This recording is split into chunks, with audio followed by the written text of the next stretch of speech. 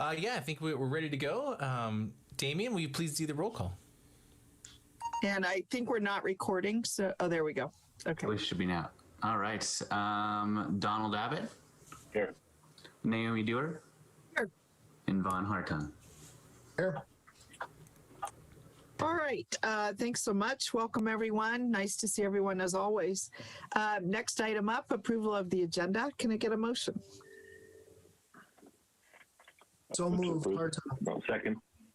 All right. We have a motion from Mr. Hartung, a second from Mr. Abbott. All in favor? Aye. Aye. Any opposed? Unanimously approved. Thank you, team. We're up to public comment. I did note we had at least one attendee. Don't know if we have any public comment. We have not received any public comment.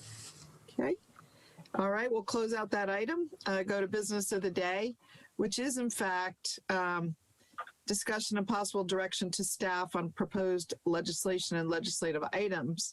And I think before we start this item, Dr. Smith, if you could introduce our new government affairs representative. Absolutely. Thank you, Madam Chair. This is Jeremy Smith, Director of Team RPA. For the record, I'm happy to introduce Tom Clark, who we've entered into a contract with for lobbyist services for this 2021 legislative session. He has put together an initial bill draft list, and I just want to share my screen really quickly and show you guys what we've pasted it up online. I'm going to get that going here. So on our meetings page, we have all of the different meetings that we host that are public meetings. And here's the Regional Planning Governing Board Legislative Subcommittee meeting. And we went ahead and posted the initial bill draft list that Tom sent on there so the public can get access, but also for you guys. So what I'm going to do is click on that, and I'm going to grab this link and share it in the chat so that you can have it pulled up straight away. Let me see here. Where is the chat? Can you guys see that link in the chat? Yeah. Okay, great. So I think that'll be helpful as, we asked Tom to take a look at what bills, drafts, and committees were out there that could potentially affect our agency. And so, Dr. Smith, before we go on, would you explain I know when we had our last meeting, we said that we were going to split some duties potentially between our legal reps and our legislative reps. Could you explain what you guys have worked out or decided before we get into the meat of it? Yeah, absolutely. That was an excellent offer from Jessica Prunty, our legal counsel, to help us with bill tracking. But at the last meeting, we talked through Tom's role and what he could provide, and the fact that he was going to be doing some of this work anyway. He submitted a revised contract. We basically had the budget of $6,000 for a lobbyist item. And so Tom, our contract's for $5,000 actually, and that takes us through July. So if there's any special session, and then there's $1,000 for any potential expenses, which I think Tom has indicated at this time will probably be pretty minimal. We talked about a hybrid approach, but really we in the end decided it would just be cleaner and easier for everyone involved if Tom just took on these government affairs duties and we left our legal counsel to perform their legal counsel duties and not add more additional work on there. So that's where we ended up, and that's where we are today. That's a good update. All right, thanks. Now, if you would like to go into the bills. Excellent. Yeah, great. So I think at this point, we can turn it over to Tom Clark, and he can take us through that document, which is linked in the chat, and let us know what popped in the list of bills. Great, thank you, Madam Chair and members of the committee. I'm Tom Clark for the record, and I'm very pleased that we could work something out. I'm looking forward to being your representative and keeping an eye on things here in Carson City on your behalf. As Jeremy said, the initial set of bills and BDRs that we handpicked out of the BDR and bill lists I made available, and I'll do that on a weekly basis. And if anything does pop that I think needs immediate attention, I'll get it to Jeremy and Ms. Prunty to review. And the intent is not to cut legal out. It's very, very important that at the speed with which I think things are going to pick up, it'll be great to have you as a resource. And I've mentioned it in the previous meeting too. I would say 90% of what I send you will end up being things that aren't of a direct interest, but I'm not going to make that decision. I would prefer that staff and ultimately you guys make a decision as to whether we move forward, support amendments and things like that. And I think this first list is indicative of that. There isn't anything on here that's specifically related to the agency. However, there are some bills of interest on here that could become something. They're going to start a conversation. None of these bills are scheduled for hearing at this point. I'll just say that, you know, the beginning of this meeting is very, very similar to what we have seen the beginning of most legislative meetings. People trying to get their sea legs as to how the rules of the committee are going to be, you know, taking part. What do I need to provide the chairman? How do we communicate amendments? How do we do things? Can people join by video? Is it just audio? You know, those kinds of decisions are being made this week. I think that they'll be fluid until LCB staff really figures it out. And we were hoping for some level of consistency across the board between committees. But what it's kind of turning into is some committee chairs will only allow you to testify for 2 minutes and be on audio, even if you are proposing an amendment, which will make our job very challenging. But it also just lends itself to, you know, how much direct contact can we have with members of the committee when we're getting ready to present those kinds of things. So this is the first week of the legislative session. They are just really trying to figure it all out. For example, normally I would be wearing a badge and be a registered lobbyist. That process has not been initiated yet. And we don't know if it's going to be initiated, which, you know, is unfortunate from my perspective because I believe in full transparency. I always have with my lobbying career, that if I'm advocating on behalf of my clients, not just the legislators should know and their staffs, but the public should know as well that I am working on these particular issues as a paid advocate, as a paid lobbyist. So I'm hopeful that that will be remedied. Regardless of whether we're ever allowed in the building or not, we should be registered. We are different from the general public, and there should be that line that says, you know, Tom Clark is paid to do this work for these folks. So I think that we'll start to see some of those decisions being made and those initiatives taken. The committee schedules are still being figured out. Like I said, the bills that we have here have not been scheduled. And of course, the BDR list that you see, those bills may become bills and be introduced. But now that they're on our tracking list, we will let you know. The nice thing about a bill being introduced is that we'll actually get to see the language of those particular pieces of legislation. If I happen to be on a conversation with a legislator who is named in this BDR list and they have a BDR that could affect you, then I will definitely ask them what their intent is and try to get a copy of the pre-filed language before it becomes a bill. So that's pretty much my initial start. And I'm, like I said, looking forward to representing you and you know, talking with Jeremy and Jessica as often as I can, as needed. Hopefully it's not needed all that much, but there's such an incredibly strange shotgun approach being taken as far as policies are concerned this legislative session that we just don't know what tomorrow brings. And if I hear about it today, I'll definitely let you know. And then when it pops, it'll be in your email box immediately. I'm really pleased to see that the BDR and bill list is also a public document that's available to the public, so that it adds that additional layer of transparency to what it is that you're working on as a public body and what I'm doing as your lobbyist. So with that, I look forward to working for you, and hopefully things are going to speed up soon. If I may, are you planning to go over these current list of bills with us? Only, thank you, Madam Chair, for the record, Tom Clark, only if you see anything that is specific. I do. I mean, I do. And I'm on several of these legislative committees, and we almost always do that at the meeting. We get at least introduce us to these bills, because some of them are water bills and we've seen those, but Others are brand new to me, and just if you know anything about them, that would be helpful. As far as Madam Chair, if I may, just quickly, I'm sorry to interrupt, but I noticed that Jessica has her hand up. Oh, Did you want to add something, Jessica?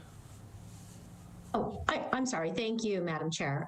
I just wanted to interject quickly, actually, before we moved on to the actual BDRs that Tom has provided. I look forward to working with Tom. I am, of course, always available to look at any BDR if we have the language available or any bill drafts that come out that are of concern that Tom identifies and that this committee is interested in a deeper dive from a legal perspective. So I will stand ready, and I'm really very relieved that Tom will be taking care of the tracking as he has boots on the ground. And we all know things can move at lightning speed during sessions. So I too hope that maybe we'll pick up a little bit more for Tom. But I look forward to working with him and will be available to analyze anything that you might need me to. excellent. Thank you. Very good. Back to you, Tom. Great, thank you, Madam Chair. Again, Tom Clark for the record. We'll just start with Assembly Bill 3. This bill was brought forward by the League of Cities. The Committee on Government Affairs introduced the bill. Basically, what it requires. I'm sorry to interrupt you one more time, Tom. Sure. Just wanted to throw. Would you like me to share the list on the screen so you can talk to the text? I can share up your list you sent. Well, if other members would like to see it, I've got it here with my notes based on the assessment that I've done for each bill. What I did was I just clicked on the one you sent us in the chat. It came right up, and then I was able to resize it to fit my screen comfortably, and that worked really well. That's what I did. I will stand down. Sorry to interrupt again, Tom. I've got it right behind the Zoom screen. So. And you should be able to click on the bill number, and it will take you to the actual Legislative Council website that shows the full text of each piece of legislation and where it's at in the process. Which is really good. Okay, back to you, Tom. Thank you, Madam Chair. Again, Tom Clark for the record. Assembly Bill 3 was brought forward by the League of Cities. Basically, what it does is it requires county recorders to accept the maps when they're dealing with land use planning issues in a digital format. I didn't see anything that jumped out specifically for your agency. And this is typically when the League of Cities brings forward a piece of legislation, it's focused primarily on our more rural, colleagues, counties, and municipalities. But a comment on that. I talked to someone yesterday from City of Reno in the planning department, and they said they had helped draft this. And so they do think it applies to, that it was important to our city as well. So I'm not sure if it's just, I'd be interested later to find out if it's just about county recorders or if it more widely applies to government.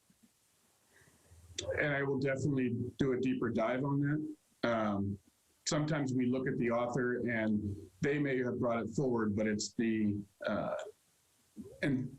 circumstances around it may affect the urban areas and they didn't intend to. And that's a really good point, Madam Chair. And that's why we really take a look at every single piece of legislation, because you never know what kind of an outcome, while the intent may be one way, the outcome could have an effect. So moving further down the list, AB 6 and AB 15 really don't have anything to do with you. I, of course, read through the pieces of legislation, but for the purposes of today's conversation, AB 52, the land use planning. Let's just slow up for a minute, Tom, just because I think, Don, are you on Tumwa with Vaughn and I'm sorry. I know this, things have been changing, but we did go over the water bills, and I don't recall, Vaughn, on AB 6, the exact change. It was about temporary changes, whether they could appeal and some of those things. But AB 15, I remember, was about the state engineer joining the Colorado River Commission. And I guess there was some pushback from others, Southern Nevada people, that said, no, they weren't too keen on that. And so a sort of a compromise was being discussed about making the state engineer a ex officio non-voting member. And so that's what I know. What do you know, Vaughn, or on AB 6? No. Okay. Yeah, I don't serve on TUMWA's legislative committee. I abdicated that to you guys. So I haven't heard this yet. And as far as AB 15 is concerned, that's not going to affect Northern Nevada in any way, shape, or form. That's Southern Nevada's dog, Right. to put in that fight. It's not gonna do anything to us. Yeah. Other than potentially Southern Nevada may be wanting to import more water from other places. That's the only thing that I could think of. Always a risk. Yeah. So Okay. AB 52. AB 52, basically from the purpose of the Land Use Planning Advisory Council, they're inserting language into statute with this bill that would allow for them to remove members before their term is expired, and also to, once that vacancy is created, how that makeup election would occur. So again, it's one that we're definitely going to keep a close eye on, but I don't believe specifically it resonates, with your agency. Can you remind us though, Tom, what the Land Use Planning Advisory Council, who's on it and what they do? Madam Chair, Tom Clark for the record. I do not have those details at my fingertips, but I can get them for you. So Mr. I used to serve on, isn't it SLUPAC, Tom, the State Land Use Planning Advisory Council? Right. Yeah, so I served on that. Gene Herman is our member from Washoe County. It's just, they track various land use planning issues throughout the state and how it affects each one of the counties and the state as a whole. We appoint the member, we make the recommendation to appoint the member, and then the governor does the actual appointment. And so, and then, I mean, I haven't heard, Commissioner Herman has not given us any updates whatsoever in literally the entire time that I've been off SLUPAC, which is now, I don't know, 6 years, maybe 7 years, 6 years. Because I turned it over to her when she got elected. I was on there for 2 years. Does every county have a representative? Yes. Okay. And then are there other like ex officio? Like when I worked at DCNR, Pam Wilcox, the state lands administrator, this was like her advisory board, as I recall. And yeah, and it really watches a lot of stuff that has to do with BLM and changes in BLM's directions. One of the big deals was the WOTUS issue, the Waters of the U.S., where BLM was trying to get even dry creek beds proclaimed as waters of the U.S., and historically they had only been navigable waters. It was issues like that is typically what they take on. All right, well, keep us apprised, Tom. Are we good? Yep. Excellent. The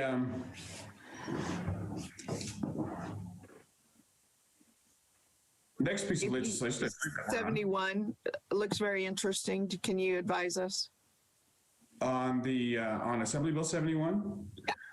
Didn't do a deep dive on this particular piece of legislation. Basically when I look at these, when I'm preparing the reports and things, we bring it up, but this is the purpose of this kind of conversation so that I can really identify truly what it is that I can report on and do a deep dive on for you. So I can have a more comprehensive report on some of these pieces of legislation to Jeremy and to Jessica, and then share it with you. So when I did work at DCNR, I sat right next to Natural Heritage Program. So we had a lot of interchange, water, plants, animals, water, plants, animals. And I know that Jeremy, the whole regional planning group is working on a natural resource plan. And I know it's very dependent on data. And this speaks to information and I assume data that is maintained by Natural Heritage. So it could be very, important to the agency in terms of changes that are made, pro or con.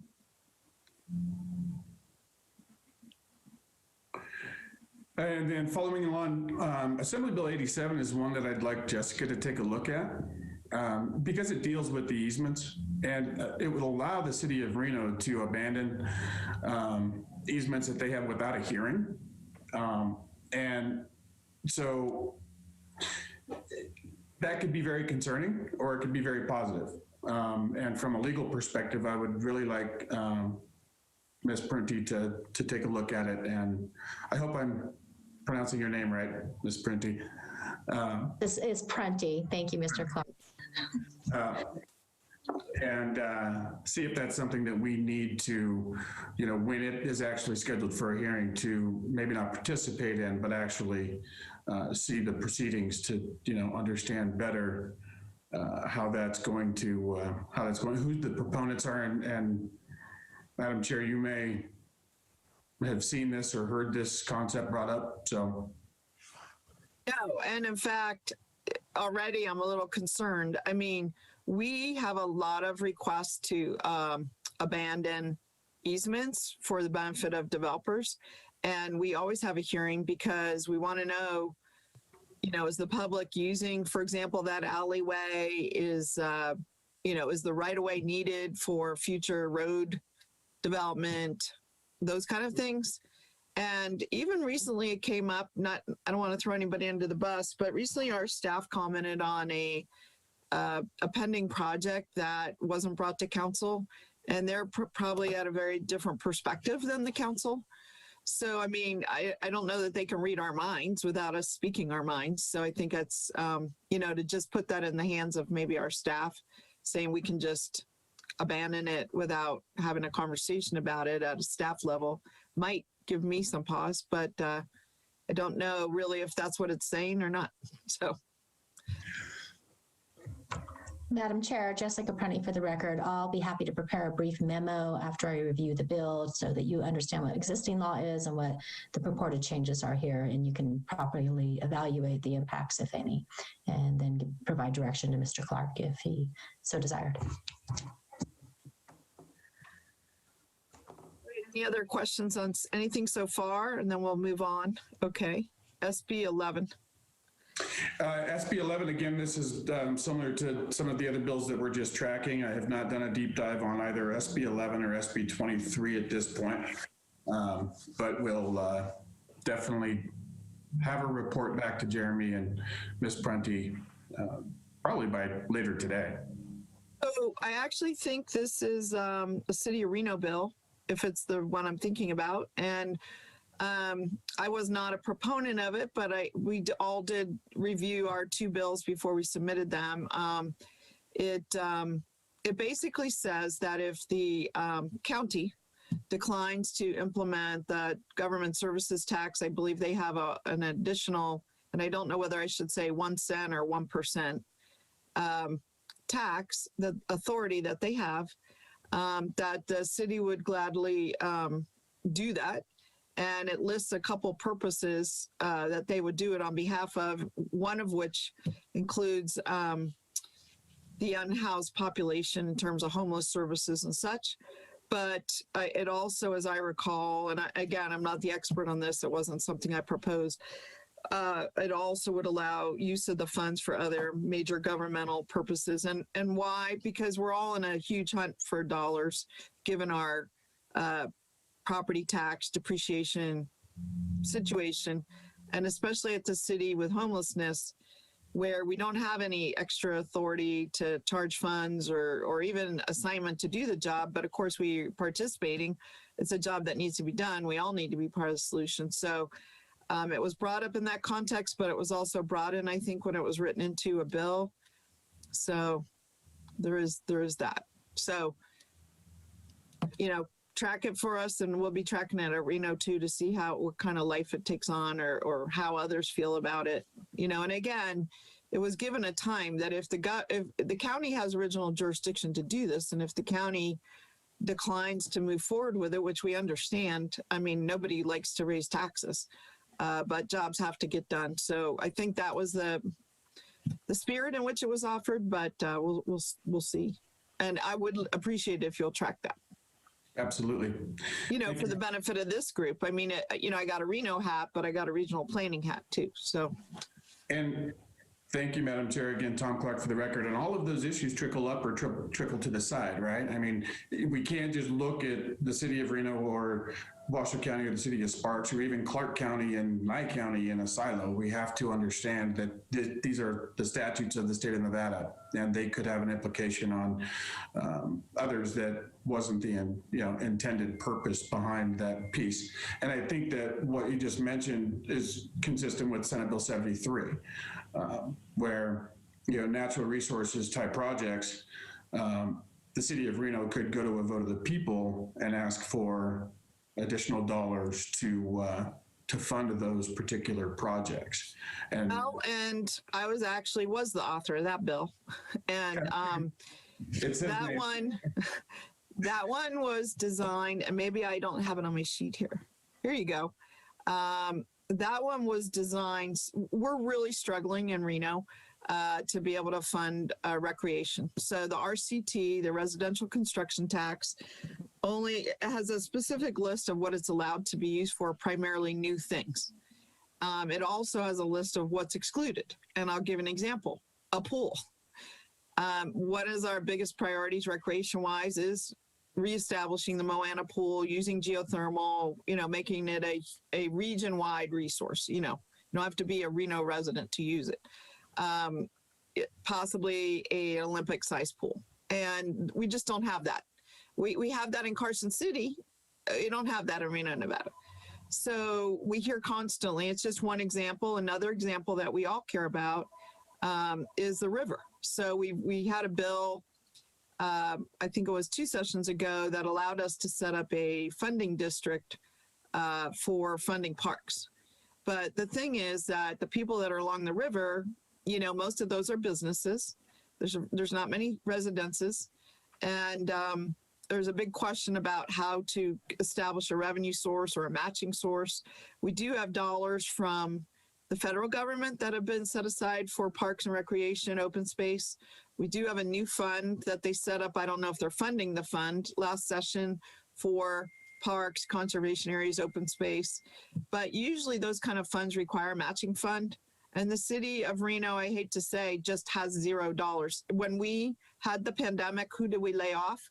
I think 135 temporary parks employees. I mean, we just don't have the funds. And who was cut in the recession? The parks were slashed by 70%. So, I mean, just to keep the fire and the police going. So traditionally, people do support ballot initiatives for parks. The last one, to my knowledge, was done around the 2000, 2003 timeframe, almost 20 years. So, and of that, Reno only got a small piece. So, we'll see where this goes. They didn't consult me when they were writing the bill, so it may say things that weren't intended. We're still kind of working through some of that. You know how that comes. The LCB writes the bill, and then, that wasn't exactly what we were thinking. So that's what I can tell you on that one. But I do appreciate you identifying it, because it could, again, our staff here at Regional Planning are working on a natural resources plan. Obviously, enjoyment of the natural resources is a big component of that. I will add one more thing to SB 73. So we identified some key projects that could be part of that, but not limited to that. And one of those key projects, too, is the Virginia Range Outdoor Corridor that we're working to identify, since all that land is private land, and yet there's tremendous amount of residents down there that go and use that land. So that's another potential project, and it could, in fact, basically, we're working on what that corridor would look like. We're starting now, because there's been huge development pressure up there. So this, again, I think would affect the regional planning, because they've put a lot of those lands in Tier 3 in the regional plan. And Tier 3 are supposed to be, less eligible for development than Tier 2 and Tier 1. And you have to go and get a master plan change through regional planning. And so anyway, there are some potential overlapping relationships with our group here. So appreciate you highlighting it.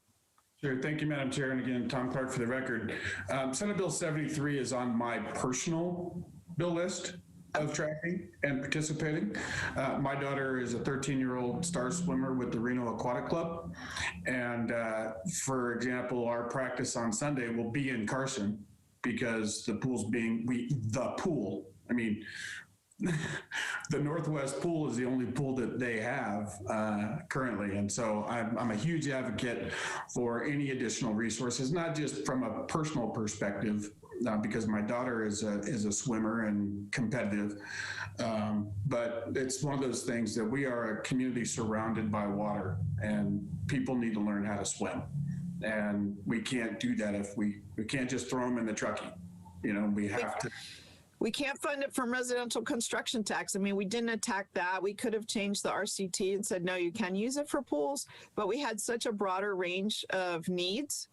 I mentioned the river, the Virginia Range, the pool, there's probably another half a dozen top projects. So we just thought this might be a good way to go. So we'll see. What about SB 23? Did we cover that? We did not. I lumped it in with Senate Bill 11 before we started that conversation. Senate Bill 23 is another that I haven't done the deep dive into, but will definitely do so. This has been a really great experience because I can see the broad range of topics and things that I can bring more expertise to in our future conversations, and we'll be feeding that information to your staff so that if there's a question, everyone's had great questions. So it tells me as your advocate, as your lobbyist, what you're going to be looking for in the future, and I will have that information and be prepared. Let me ask Mr. Abbott and Mr. Hartung, are there things that you've heard of in other contexts, maybe other bills, that you would like to identify for Mr. Clark in terms of some things that you've already heard about or things to watch out about? Do you have some thoughts? I have nothing. Not at this time. As our staff at Washoe County goes through the BDRs, I'll kind of do a 30,000 foot look to see what pertains to regional. But no, some of these things I'm actually having a hard time understanding how they really pertain to regional. And so I'm willing to listen. Thank you. I think you make a good point, Mr. Hartung. I mean, I think that Tom's trying to take a wide screen right now. And just like we do on the water bills, there's a lot of bills, for example, as you know, from all your years of serving on TUMWA, that are just relate to administrative or contracting that aren't really about water per se, but they could affect the agency in some way. Most of these so far to me are about the natural resource planning that our agency's just starting to get into. And maybe, maybe they'll do it in a snap and maybe these things will affect them. I don't know. So, okay. Well, I really appreciate the broad screen here, Tom, and just, keep your eyes open, obviously. I think, we're not expecting bills, to my knowledge, that directly affect the agency in terms of its makeup, what it does, NRS 278 kind of issues. But there's almost always been an NRS 278. Almost always some city is upset with the way planning or land development is happening, and they want to change something. So I would not be surprised if those kind of things pop up. So, okay, well, let's go back to our agenda then. That was very helpful. It says for possible action. Isn't there a page 2 and a page 3, Madam Chair? I'm sorry. Maybe I didn't roll down. Keep going. I'm so sorry. That was a negative on me pulling up this item. I thought it ended at page 1. So keep going. Thank you, Madam Chair. Again, Tom Clark for the record, and I'll make it simple. These are all bill draft requests that we do not have details on. But as the unfortunate thing is that the ones that are on the list aren't individual legislator BDRs, they're committee BDRs. So a big part of that is tracking down, and this is where staff at the Legislative Council Bureau is very helpful, where we can reach out to them and say, so who brought forward BDR R364? It's a concurrent resolution, but who's behind it? It's Marlette Lake. Could it be, and it's the Tahoe Regional Planning Agency. Did they bring it forward? So as we get those details, or as those pieces of legislation are introduced, they'll move to the top of the list as far as, what we're actually tracking for legislation. But in BDR form, especially during this time, clearly identifying the sponsor, the author, and the intent is difficult. But I'm down here in Carson for a reason. I'm going to hunt that information down and those people down and have those conversations. Well, I'll just comment. I like that you have, for example, the last two BDRs, which are on grant procurement and state personnel system. Anything like that is going to affect our staff. What they can do, how they can acquire grants, because they do acquire grants, how their personnel system works, et cetera. So it's good to know. This thing on energy efficiency standards is important too, I think, for each of us back in our jurisdictions, but also just a note. So we just recently updated our Title 18, and one of the big sections had to do with sustainability, and we held off doing that because there was such a focus. There was some controversy as well, but there was a great intent on the part of City Council to move forward with a whole sustainability section of our Title 18. And I don't really know yet where energy efficiency concepts fit in regional planning. Are they a leader? Are they a follower? Do they just reflect what we're doing back in our home jurisdictions? Should we be setting policy? I'm asking my colleagues. I see Mr. Hartung has his hand raised, and so on. So, Mr. Hartung. Thank you, Madam Chair. So, Tom, if this is the one I think it is, it scares me because I believe the governor has inkled at cutting off all gas usage for new construction in the state, which is natural gas, which is one of the, you've got to generate electricity somehow. And I think ultimately this is something that will affect us not only individually, but of course regionally and then statewide, for the simple reason that I don't think we understand well enough the issues with solar panels and when they reach end of life, how we recycle them. Because right now there is no plan to recycle those things. And we've got square mile upon square mile of these solar panels that are going to end up in landfills or other places.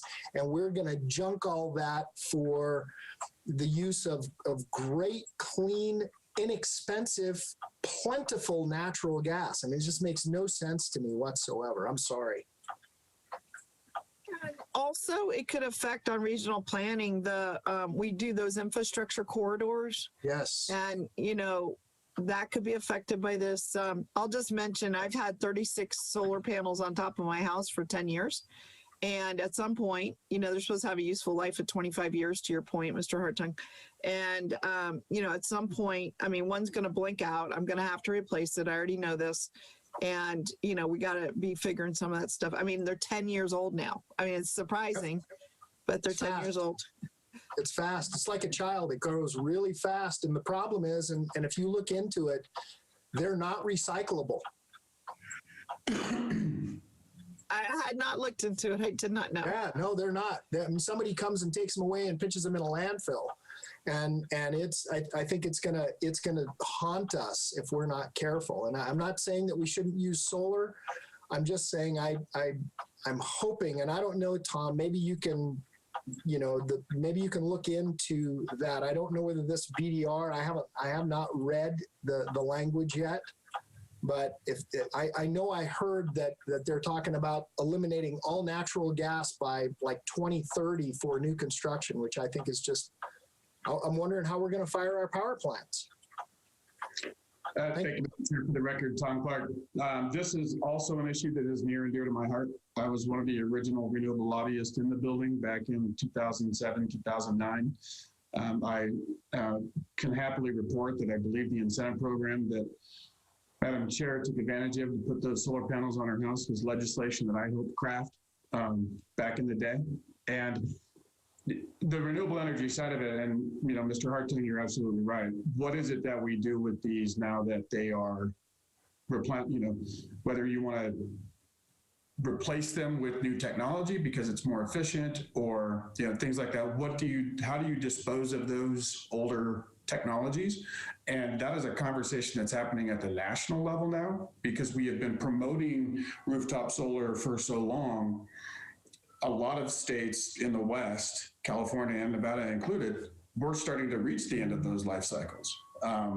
Makes me feel old to think that I'm going to out lobby the manufacturer's warranty on a solar panel, but that is a conversation that's happening at the national level now. As far as a BDR that looks to end the use of natural gas for construction, I don't believe that that's in here, but I can tell you that climate change and all of the issues surrounding climate change are going to be on the table for discussion this time, and conversations that I've had with Director Kroll over at DCNR, with your former colleague, Assemblyman, now City Councilman, then Energy Czar Bob Zine, that's top of mind for a lot of those folks. So we're going to keep an eye on a lot of that. One of my other clients is the California Nevada Cement Association, and we are tracking that information because they have a cement product that produces in the manufacturing of the concrete 30% less emissions. Those conversations are definitely happening in this legislative session, and so we will. Those will always be a subject matter that I know about. They may not show up on your tracking list, but please feel free to ask me if you have any of those questions, because it's an issue that's very important to me. Another issue just to think about. So we usually agendize these for possible action, and there is usually a last column that says what the agency's position on it, that is, even if it's watching or neutral. And then we would endorse that position, as a body. So you might want to add that column for your next time, and not to busy it up. Just if there is a recommendation, then we could actually endorse that with a vote. This time you don't have that, so I assume everything's a watch at this point. But in some of our other legislative committees, and let me just make sure I haven't missed it by going not too far. So I don't see that you've added that column. So that's just something to do for next time. And, and then we can say if we have an opinion about it, or going to remain neutral or take a position, which, I don't expect us to take a position, but the other groups I'm in, whether it's at the city or other groups, are taking positions on some bills already. So. Thank you, Madam Chair. And for the, when you're looking at the document, that wide white space that's on the right is intended for that purpose. Okay, I did see the wide white space, so that's why I brought it up. Okay, so is there any other BDRs anyone would like to just make a comment on? Or I saw this one about, I think that we might care about, which is this one on BDR 742, urban planning and public health. It sounds like something. I know there's no words yet, but. And thank you, Madam Chair. Assemblywoman Thomas is a freshman, and we will be reaching out to her from not just your perspective, from my own personal perspective and our other clients. We're curious to know what she has intended with that BDR. And just as a side note, a lot of legislators are withdrawing BDRs based on the landscape of the legislative session. So as they withdraw the BDR, we'll remove them from any list so that there's no confusion.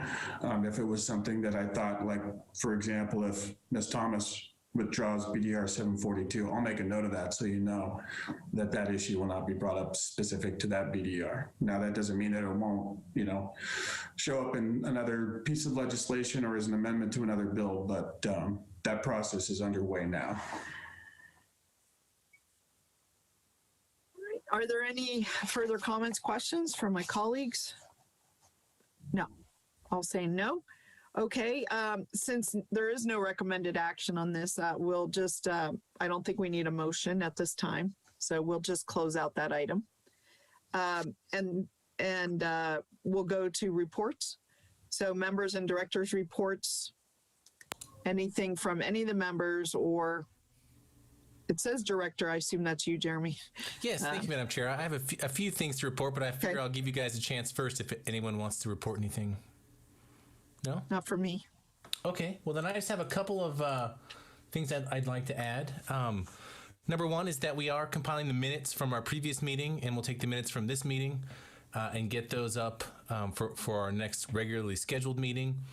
So we have set up our schedule with alternate dates every Thursday. We're not anticipating having to turn those on. We're thinking we can just hopefully hit it once a month unless something comes up. So we'll keep you posted, but as we're planning right now, our next meeting would be for March 4th, same time, same place, Zoom, right? So we'll just keep you posted if in talking with Tom, something escalates and we feel like we need to get in a room sooner. The only other thing to kind of, to Tom and to all of us to think about is in the past, it hasn't been necessarily a standalone bill draft request that has potential impacts to our agency. Sometimes it gets added on as a rider as something's going through.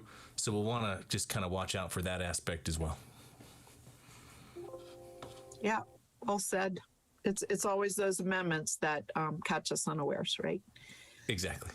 So With that, that concludes my report. Thank you. all right, thanks. Thanks, Director Smith. Next, we'll turn to legal counsel report. Thank you, Madam Chair. I have nothing to report, except I will provide by the next meeting or sooner, actually probably sooner, the review of AB 87. And I'm sure Tom will keep me abreast of any developments with that bill in particular. Good. Okay, we'll close out that item. Any requests for future agenda items? From anyone, my colleagues? No. And we're back to public comment. We have no And, public comment. No public comment. Okay, and written correspondence sits here. I see a no. There is none. No, thank you. Okay, thank you. And then I'll just, without objection, just declare us adjourned without seeing any final commentary. And nice job, everyone. We got your work cut out for you, Tom. At least you know what we're thinking about. And that's important to me. And again, I'll reiterate, Mr. Smith knows where to find me, when to find me, and I'm available 24/7 at this point. Weekends, holidays, we don't have those until the 1st of June, maybe the end of July. All right. All right. Thanks so much, everyone. Nice meeting. Really appreciate everyone's time today. Have a great day. Okay. We are.